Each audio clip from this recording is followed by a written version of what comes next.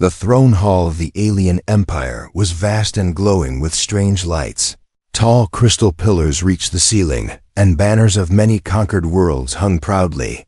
Warriors, hunters, nobles, and even great predators filled the chamber. Their eyes sharp and glowing. In the middle of this fearsome place stood a human boy. Small and fragile compared to them all.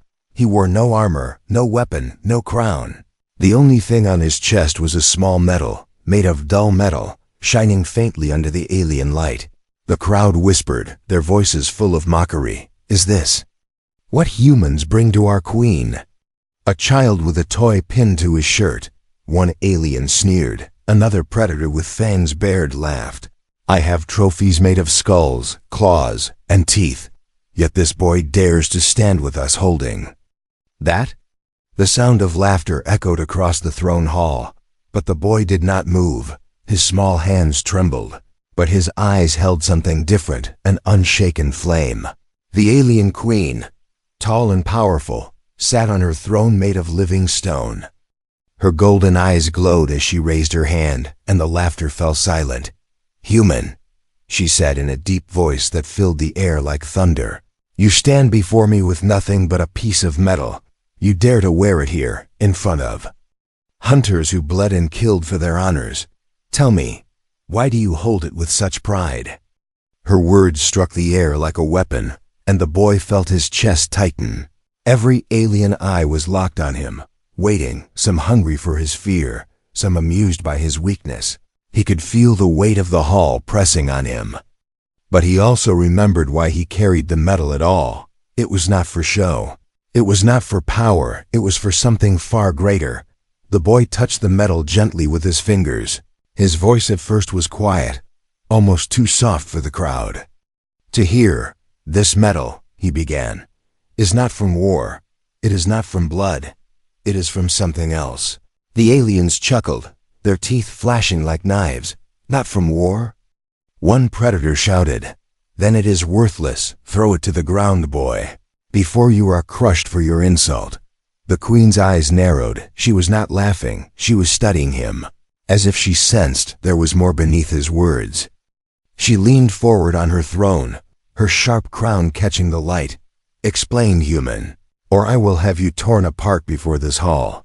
The boy swallowed hard, but he stood straighter. He remembered the day he had earned it, the smoke, the fire, the cries of frightened children.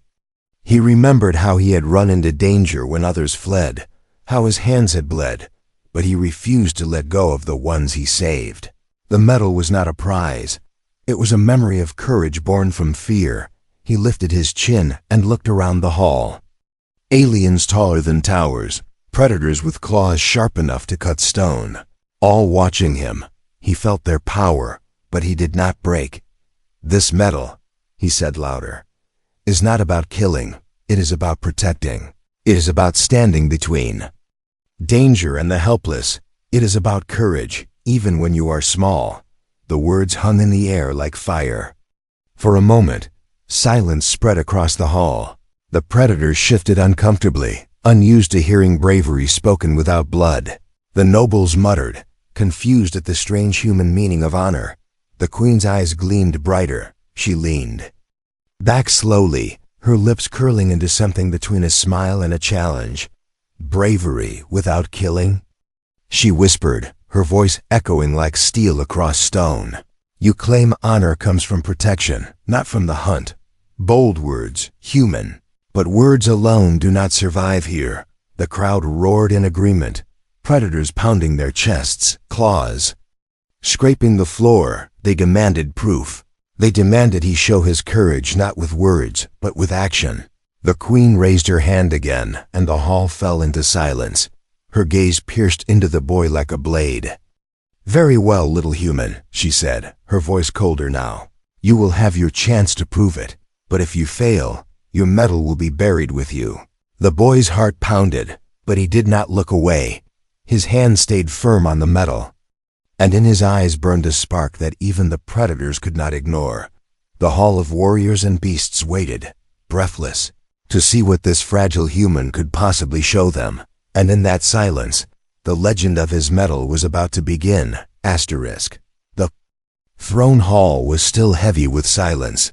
The queen's words echoed in every corner, and the boy stood under the sharp eyes of hunters.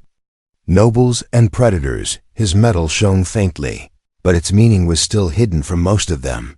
The aliens thought it was weak, foolish, and small compared to their trophies of war. Yet the boy's calm face and steady voice had already planted a seed of doubt in some minds. The queen spoke again, her voice deep and powerful.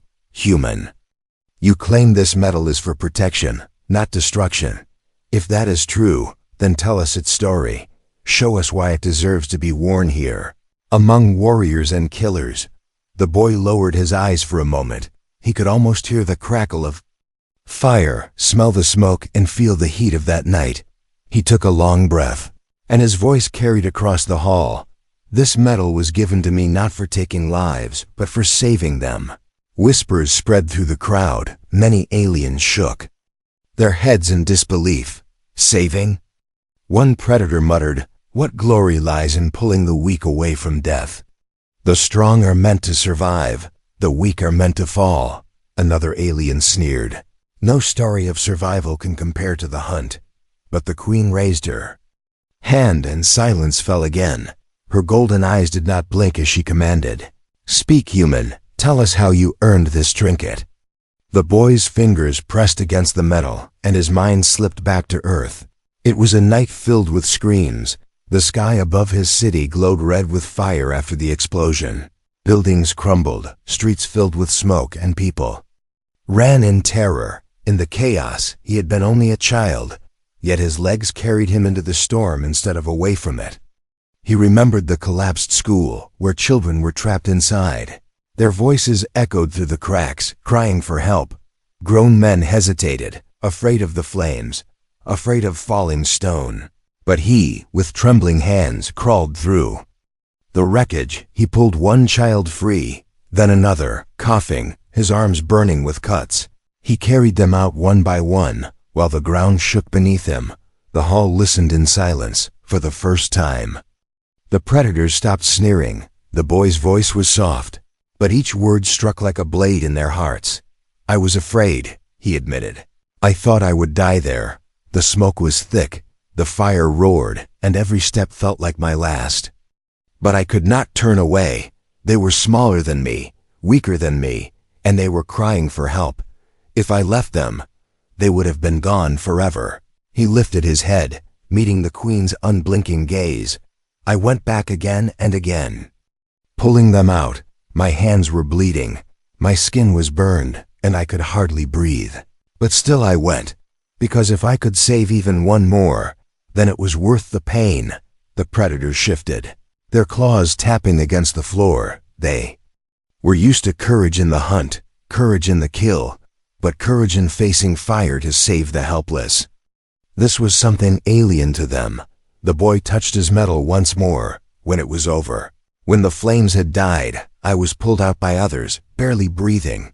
They gave me this metal, not because I was strong, not because I was powerful, but because I refused to let fear win, because I chose to protect instead of run. His words filled the hall with a strange weight. The queen's eyes glowed brighter, her lips tightening as if fighting some hidden thought. The nobles whispered, but their voices carried no laughter now. Even the predators were uneasy, their instincts torn between scorn and respect.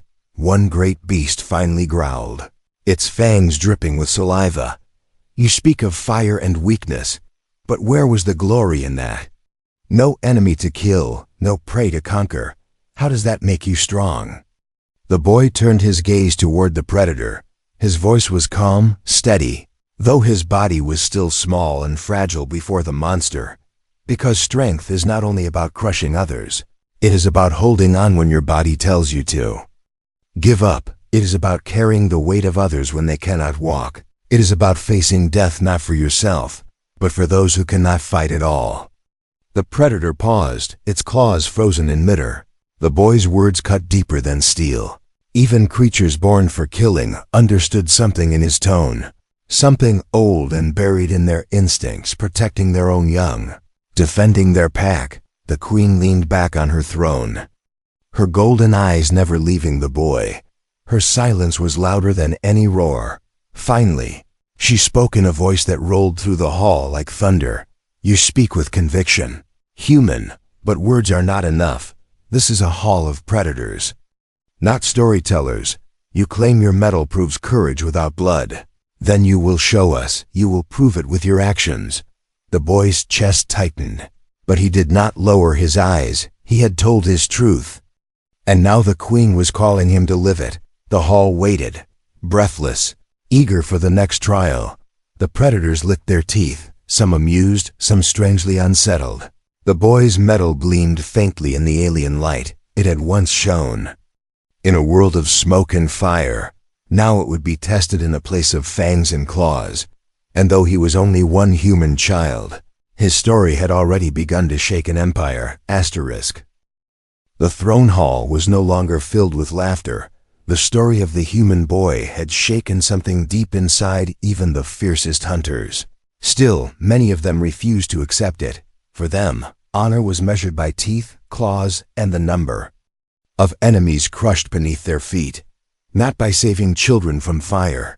The silence broke with a low growl. One of the predators stepped forward, its scales dark and glistening under the light.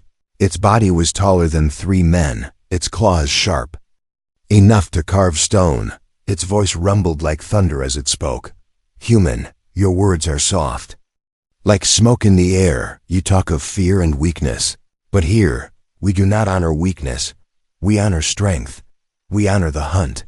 Others in the crowd roared in agreement. They pounded their chests, slammed their weapons on the floor, and their voices rose until the hall shook. The queen raised her hand but did not silence them this time. She allowed the storm to grow, watching the boy closely. The predator leaned closer, its fangs glinting. Tell us, child, would you dare face one of us, or would you hide behind your metal as you hide behind your stories? The boy's knees trembled, but he did not step back. His heart pounded, yet his voice stayed firm. I will not fight you, he said, and the entire hall erupted in disbelief. Gasps, growls, and laughter filled the air. One alien shouted, "Coward!" Another snarled, "Then why do you stand here at all?" The queen's golden eyes narrowed. She studied the boy with sharp interest. Even as the hall shook with scorn, he stood tall, his metal gleaming faintly on his chest. Predator snarled, anger flashing in its eyes. You refuse to fight? Then you are nothing. Your courage is an empty shell. The boy raised his voice above the chaos. I refuse to fight because courage is not killing. Courage is standing when you know you may fall. Courage is holding ground not for yourself but for others. Even when claws and fangs rise against you, the words cut through the noise. For a moment, the predators froze, their voices caught in their throats. They had never heard a child speak so boldly, never seen such defiance without a blade in hand. The predator's chest rumbled with fury. It stepped closer, so near the boy could feel the heat of its breath. Then prove it, it growled. Stand before me without weapon or claw. And do not flinch. If you claim your strength is in protection, then show me.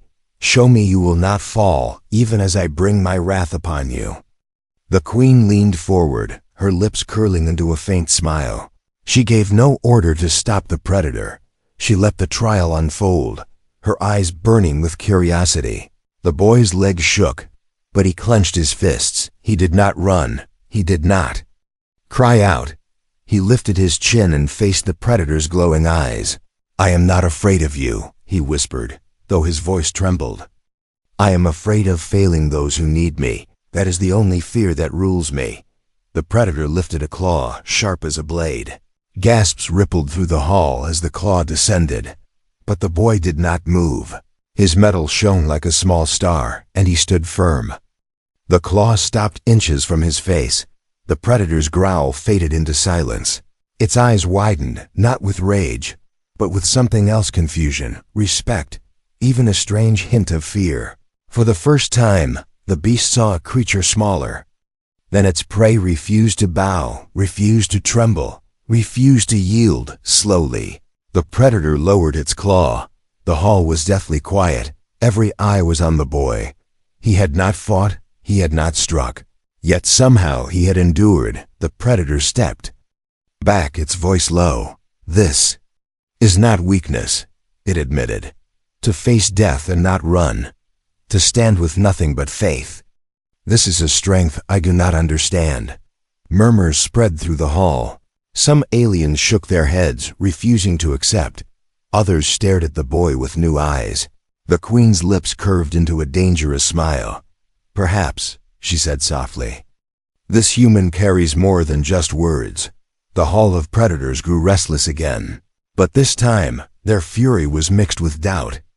They began to wonder if there was more to courage than blood.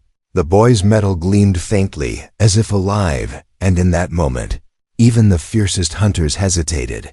The queen rose slowly from her throne, her voice rolling like thunder. "Enough. Words, enough standing. You will face the trial, human. You will enter the pit of beasts. If your courage is true, if your metal holds meaning, then even the wildest creatures will bow before it. Fail, and you will be forgotten beneath their claws." The crowd roared with excitement. The boy's heart raced, but he held his ground. His story was no longer just about fire and smoke on Earth. It was about to be written in the blood-red light of the alien empire, and in the restless growls of predators, the true test of his mettle was about to begin. ****. The throne hall vibrated with the roar of the crowd. Predators stamped their claws. Nobles whispered in excitement, and the hunters banged their weapons against the floor. The queen's voice had sealed the boy's fate. He would face the pit of beasts, a trial that had broken even seasoned warriors.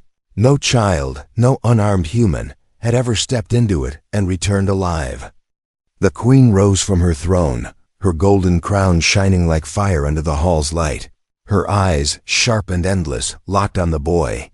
"You speak of courage without blood, of honor without the hunt," she said, her voice echoing like thunder. "Then prove it, human. Step into the pit of beasts, and let your actions speak louder than your words." The crowd howled in approval. Some laughed, eager to see the boy torn apart. Others were silent, their thoughts unsettled by the fire in the boy's eyes.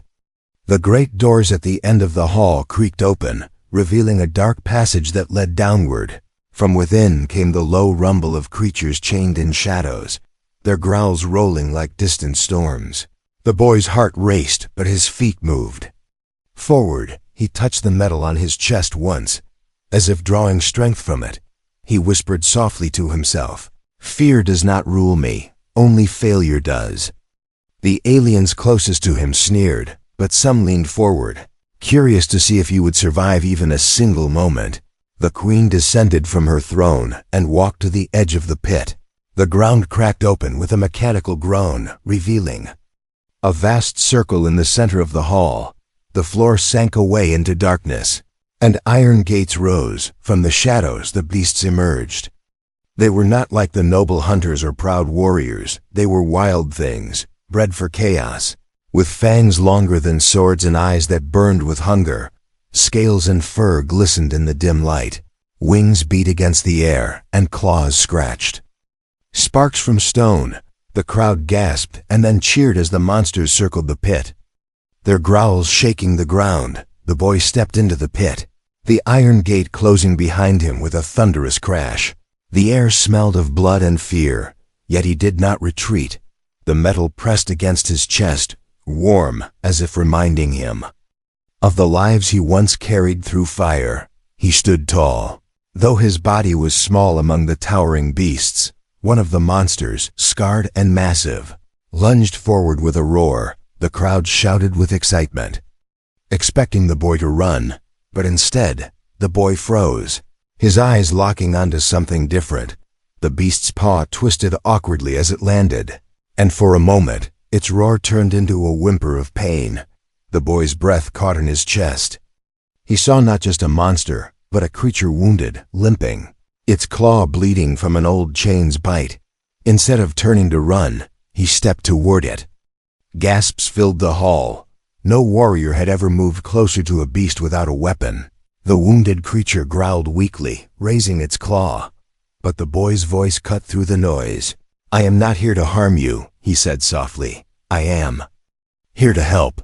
The beast blinked, confused, its ears twitching at the strange tone.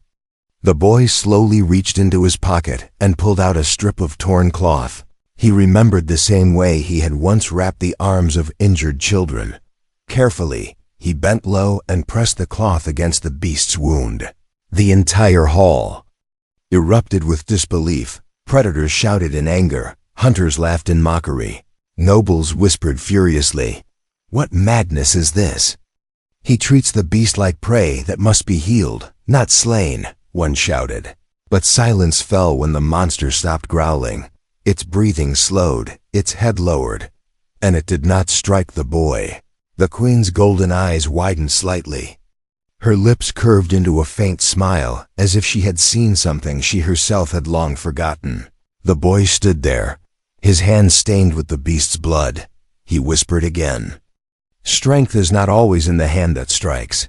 Sometimes it is in the hand that heals." The crowd shifted uneasily. The other monsters circled closer, their glowing eyes fixed on the boy.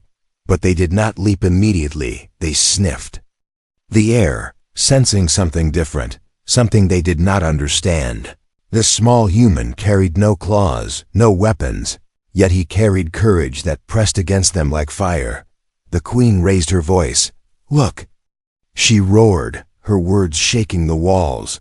"This child steps into death, yet he does not kill. He chooses to protect even a beast bred for slaughter. What do you say to this, my hunters, my predators?" The hall was divided. Some roared in anger, demanding blood.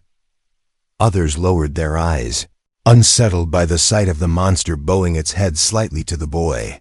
The predator who had mocked him earlier clenched his fists, unsure what to think. The boy, still in the pit, stood straighter.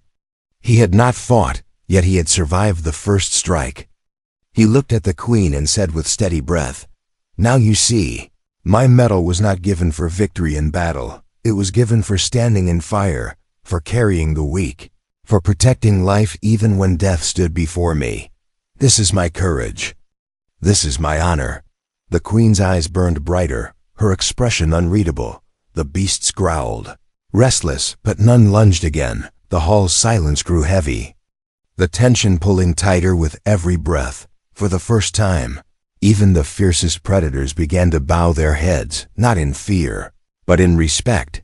And the queen, watching with eyes that glowed like suns, whispered to herself, "Perhaps this human is no child after all." ****. The hall was filled with silence. Predators who once demanded blood now stood unsettled, their growls softer, their eyes watching the small human boy. The beasts in the pit no longer lunged. They circled slowly, restless but strangely calm, and high above, on her throne of living stone, the alien queen studied the boy with an expression no one could read. Her golden eyes narrowed, but within them flickered a light that had been buried long ago. The boy's words echoed through her mind. "Strength is not always in the hand that strikes. Sometimes it is in the hand that heals." She had mocked such ideas once, but now, as the boy stood alive in the pit, his metal shining faintly, she felt the sharp sting of memory. Long before she became queen, she too had been a child. Her world had been fire and blood, her people locked in endless wars of dominance. She had been small, weak, dismissed by older warriors. Her claws had not been sharp enough, her fangs not long enough. She remembered standing in the shadows as others mocked her. She remembered nights where her body trembled, wishing she could vanish into the dark. But she also remembered one moment, one she had buried deep, a moment when she was trapped in a collapsing cavern. Rocks falling, air filled with dust. She had been helpless, coughing, pinned beneath stone. It was not her own people who came for her, not her warriors, not her blood kin.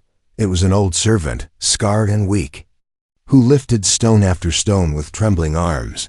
He had no claws sharp enough to fight, no teeth strong enough to kill, yet he carried her out of the darkness, gasping, his body breaking under the weight.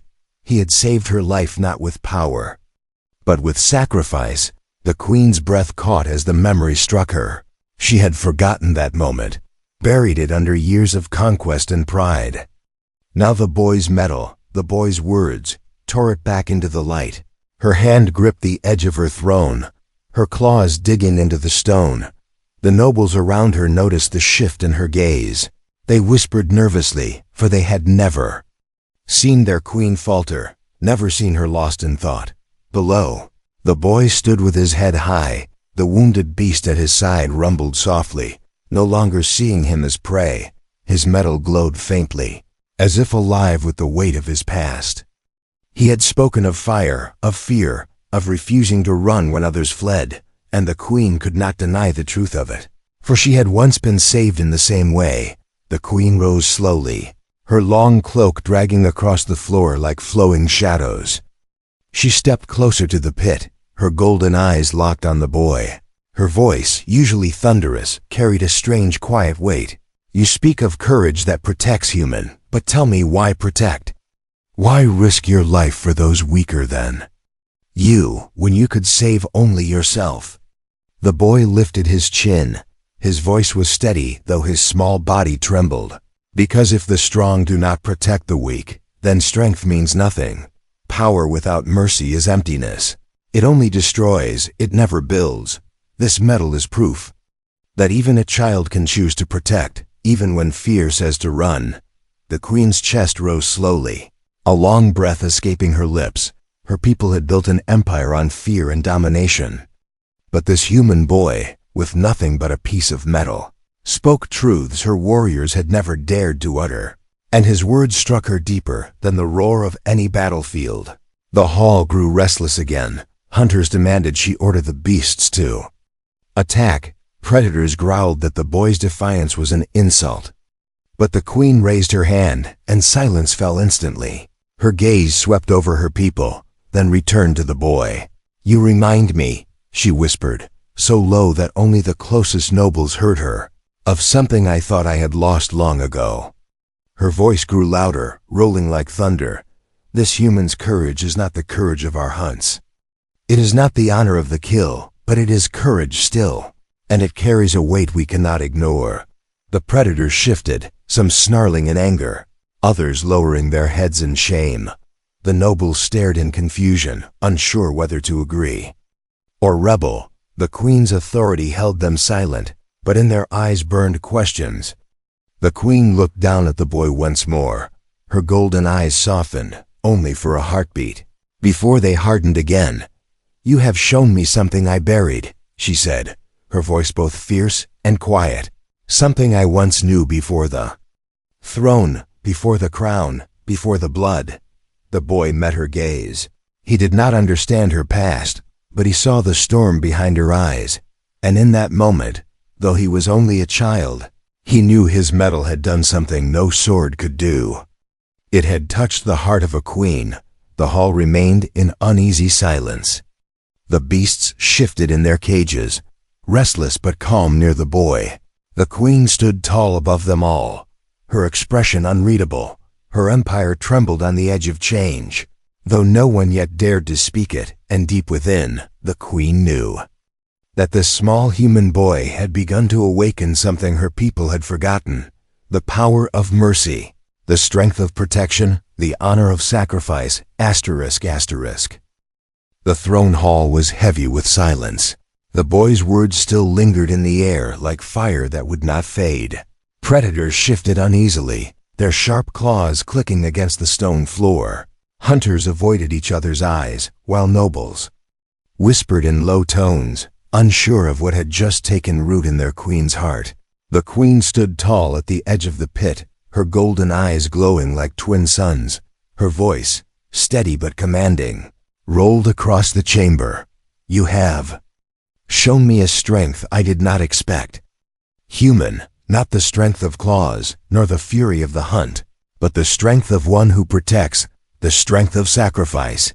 Gasps spread through the hall. Her words carried weight, for the queen had never spoken in praise of mercy before. The predators roared in disagreement, their voices sharp with fury. Blasphemy! One snarled, how can protection outweigh the hunt? Another growled, he is a child, not a warrior. He should be crushed, not honored. The queen raised her clawed hand, and silence fell again. But even her authority could not silence the storm in their hearts.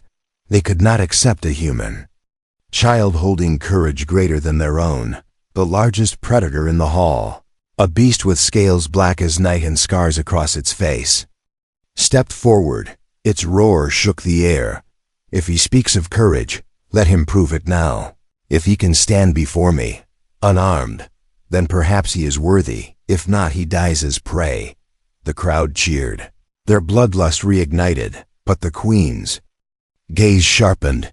She did not stop the challenge, she allowed it, curious to see what would happen next.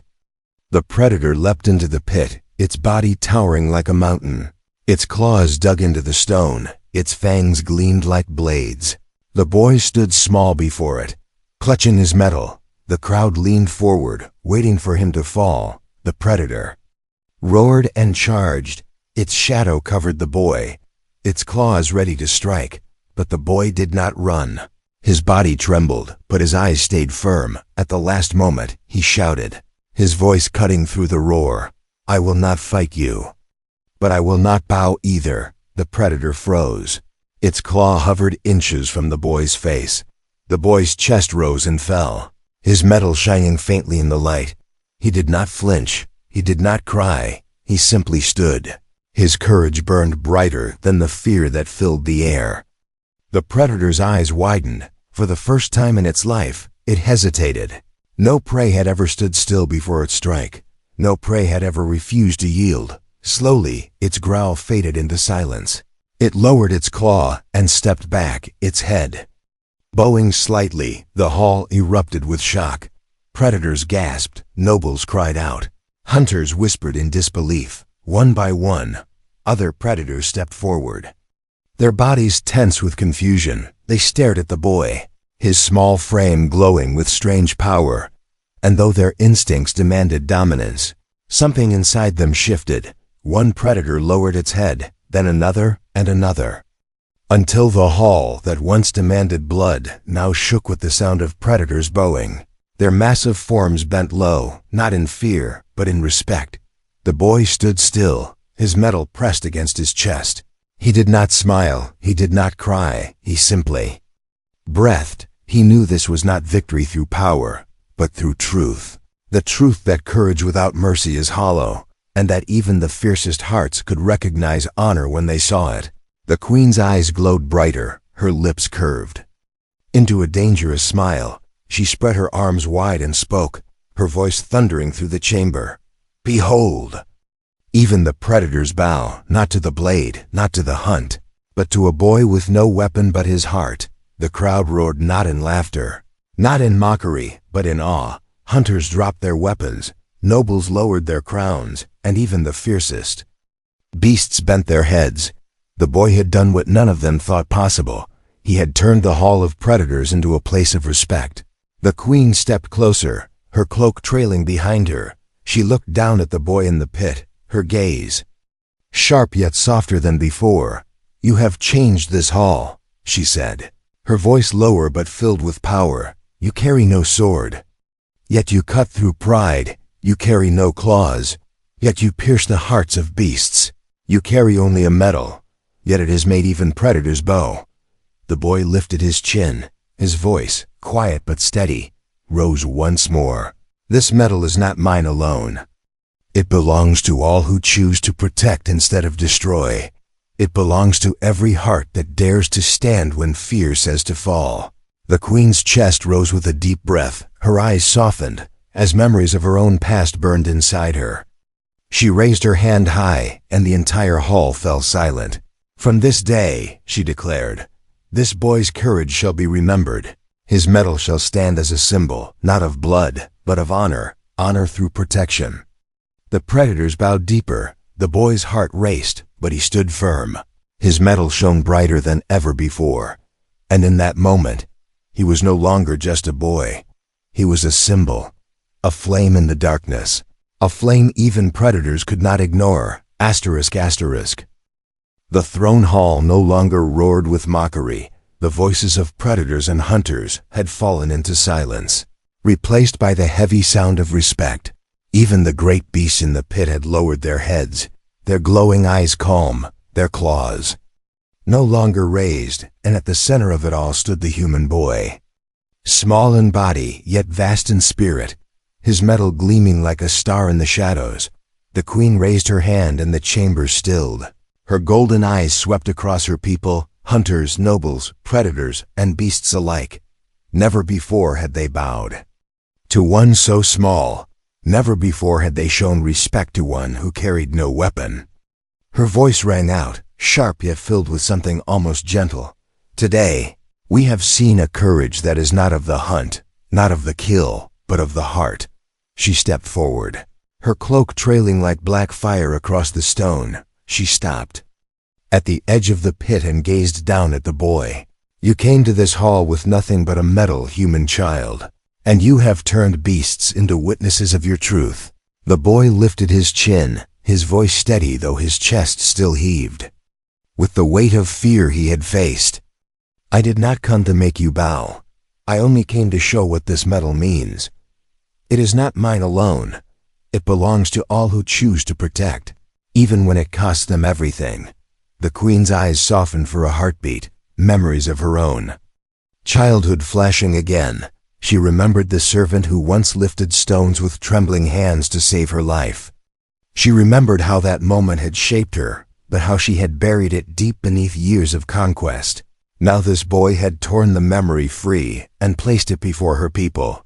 The queen raised her voice, thundering across the chamber. From this day, this metal shall no longer be mocked. It shall stand as a symbol in this hall, not of weakness, but of strength beyond the hunt. Strength that protects, strength that sacrifices. The hall erupted, not in laughter, not in anger, but in awe. Nobles bowed their heads. Hunters pressed their weapons to the floor. Predators growled in deep respect. Even the fiercest beasts lay flat in the pit, their eyes dim with calm. The boy's metal had become more than metal. It had become a mirror to their forgotten honor. The queen descended into the pit herself, her steps echoing like thunder. The crowd gasped, for never had she stepped down to meet one so small. She stopped before the boy, towering above him, her golden crown casting shadows over his face. Slowly, she reached down and touched the metal on his chest. This, she said, her voice lower now, will be remembered. The boy stood firm. Though his knees trembled, he looked up at her and whispered, "It is not the metal that matters. It is the choice behind it." The queen's lips curved into a faint smile. Her eyes glowed brighter, not with fury, but with pride she had not felt in centuries. She turned to the hall and raised her arm. Behold the courage of humanity. Behold the fire of one who carries no blade, yet makes even predators bow. Crowd roared, the sound shaking the pillars and banners. But it was not the roar of bloodlust, it was the roar of something new. Something greater. It was respect, it was recognition, it was the first spark of change. The boy's medal was lifted by the queen and placed upon a pedestal at the center of the hall. It stood there, glowing faintly, a simple piece of metal yet, now carrying the weight of 1,000 worlds. The queen declared, "This medal is now the medal of protection. It shall remain here, in the throne hall, as a reminder to all species that honor is not only in taking life, but in saving it." Predators bowed lower, hunters pressed their fists to their chests. Nobles whispered words of reverence. The boy stood quietly, his heart racing, but his eyes calm. He knew the journey was not over. But he also knew something greater had begun. The queen looked down at him once more, her golden eyes fierce yet warm. "You have changed this hall. Human, you have changed me," she said, her voice heavy with truth. "You came as a boy, but you leave as a symbol, and your medal, once mocked, will live as a legacy that no predator can deny." The hall echoed with the sound of beasts and warriors bowing. The boy's small figure stood at the center of it all, his medal gleaming like hope in a place once ruled by fear. And as the queen's voice rang out one last time, the future of her empire shifted. In the hall of predators, it was not claws or fangs that ruled this day, but the courage of a human child, and so began a new legacy, a legacy not of domination, but of protection, a legacy born not from the hunt, but from the fire in a human heart, asterisk asterisk.